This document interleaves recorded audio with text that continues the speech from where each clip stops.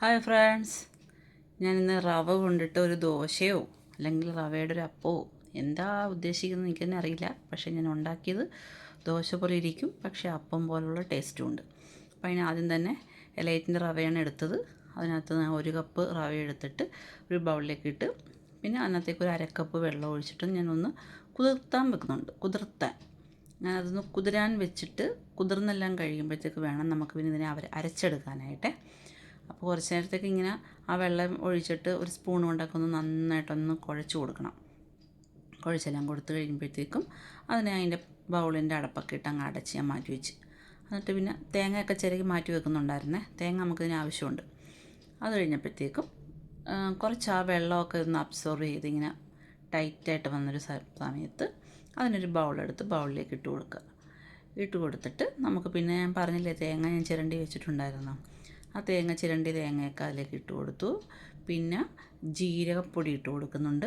പിന്നെ കുറച്ച് വെള്ളം ഒഴിച്ച് കൊടുക്കുന്നുണ്ട്. പിന്നെ ഇത് ഒരു നുള്ള് സോഡാപ്പൊടിയാണ്. നമ്മൾ തലേദിവസം അരച്ച് വെക്കുകയാണെങ്കിൽ സോഡാപ്പൊടി വേണ്ട. ഇത് ഈസ്റ്റാണ്. അപ്പോൾ തലേദിവസം അരച്ച് വെക്കുകയാണെന്നുണ്ടെങ്കിൽ നമുക്ക് ഈ സോഡാപ്പൊടിയും വേണ്ട, ഈസ്റ്റും വേണ്ട.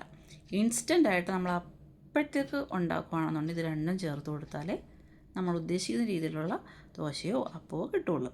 അങ്ങനെ മിക്സിയിലിട്ട് നന്നായിട്ട് അരക്കണം. നന്നായിട്ടെന്ന് വെച്ചാൽ ഒരു തുള്ളി പോലും തരിയില്ലാതെ നന്നായിട്ട് അരച്ചിട്ട് ഇതുപോലെ തിരിച്ച് ബൗളിലേക്ക് ഒഴിച്ച് കുറച്ച് ഉപ്പും കൂടെ ഞാൻ ഇട്ട് കൊടുത്തിട്ടുണ്ട്. ആ ഇട്ട് കൊടുത്തിട്ട് നന്നായിട്ടൊന്ന് ഇളക്കി കഴിഞ്ഞിട്ട് ഇതുപോലെ നേരത്തെ കണക്ക് തന്നെ അങ്ങ് അടച്ചങ്ങ് വെക്കുക. അടച്ചെല്ലാം വെച്ച് കഴിഞ്ഞിട്ട് പിന്നെ ഒരു 10 മിനിറ്റ് കഴിയുമ്പോഴത്തേക്കും തുറന്ന് നോക്കുമ്പോൾ ചെറുതായിട്ടൊക്കെ ഒന്ന് പൊങ്ങിയിരിപ്പുണ്ട്. പിന്നെ ഒരു തവ എടുത്തിട്ട് ആവശ്യത്തിന് എണ്ണയോ നെയ്യോ എന്താണെന്ന് വെച്ചാൽ അതൊന്ന് തടയി കൊടുക്കുക. അത് കഴിഞ്ഞിട്ട് ഇതുപോലെ അങ്ങോട്ട് കോരി ഒഴിക്കണം. കോരി ഒഴിച്ച് ഒത്തിരി അങ്ങോട്ട് പരത്താൻ നിൽക്കണ്ട. എന്നാൽ തീരെ കുറച്ചുമല്ല, ഒരുപാട് കട്ടി കൂട്ടിയുമല്ല, അതൊരു മീഡിയം ടൈപ്പിൽ. ഞാൻ ദോശയുടെ പോലെ ഉണ്ടാക്കിയത്. ഞാൻ അപ്പത്തിൻ്റെ ചട്ടിയിലല്ല ഉണ്ടാക്കിയത്, ഞാൻ തവയിൽ. ഇത് കണ്ട ദോശ പോലെ.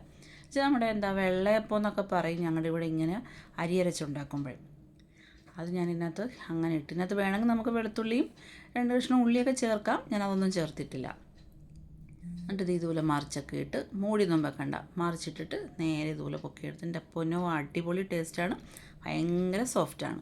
അപ്പോൾ എല്ലാവരും ഒന്ന് മസ്റ്റ് ട്രൈ ചെയ്ത് നോക്കണേ. ഞാനിതിൻ്റെ കൂടെ വെള്ളച്ചമ്മന്തിയാണ്, പക്ഷേ വെള്ളച്ചമ്മന്തി അരച്ച് ഇതിൻ്റെ കൂടെ കഴിക്കുന്നത് ഞാൻ എടുത്തിട്ടില്ല. പക്ഷേ വെള്ളച്ചമ്മന്തിയാണ് ഞാൻ യൂസ് ചെയ്തത്. അപ്പം എല്ലാവർക്കും ഇഷ്ടപ്പെടും. എല്ലാവരും ഒന്ന് ട്രൈ ചെയ്ത് നോക്കുക. എല്ലാ കൂട്ടുകാർക്കും ശുഭരാത്രി നേരുന്നു.